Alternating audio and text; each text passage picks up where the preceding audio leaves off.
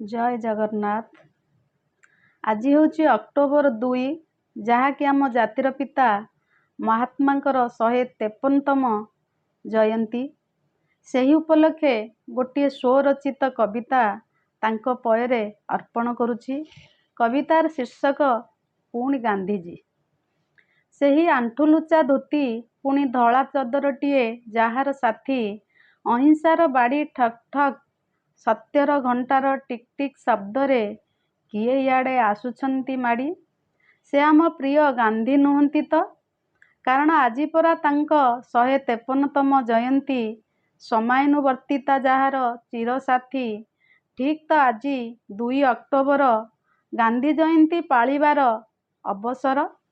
बोधे नीरवर से दूरे रही तांकर सही स्वप्नर भारत को परखुछंती। केते स्वाधीन पुणी केते स्वच्छ, केते सत्य पुणी केते आमे आपणेइछु अहिंसार पथ।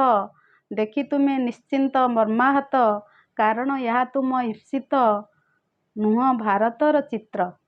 तुमर बिंदुटीए भावना आपणई पारिनाहु, तुमर समयानुवर्तिता को जाबुड़ी धरी पारिलुनु। निज काम निजे करिबार अभ्यासरू आमे समस्ते आजी निवृत्त।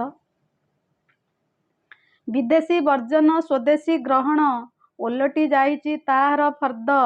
तुमर सही स्वच्छतार बाणी को परखुछु आमे। तुमर सही स्वाधीन भारत को पाइछुबा जदि आमे पाखे, हेले ईप्सित भारत वर्ष को काय मन वाक्ୟରେ भल पाइबा तो देई तो पारिनु।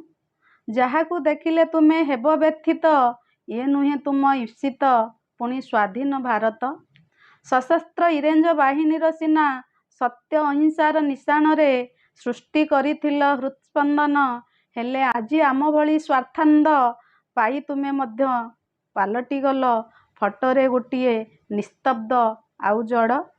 नीरवरे देखुअछ से स्वप्नर भारत को केते स्वच्छ, पुणी तुमे केते जे स्वाधीन सेही भारत वर्ष को। तुमर सेही स्वप्न को साकार करिबा पाई आमे पुणी केते जे सक्षम। अभिशाप दियो नहीं, आशीर्वाद दियो टिके दियो ढाली, समस्तंक हृदय जाली दियो देश प्रेमर पुणी त्यागर दीपाली। जय हिंद।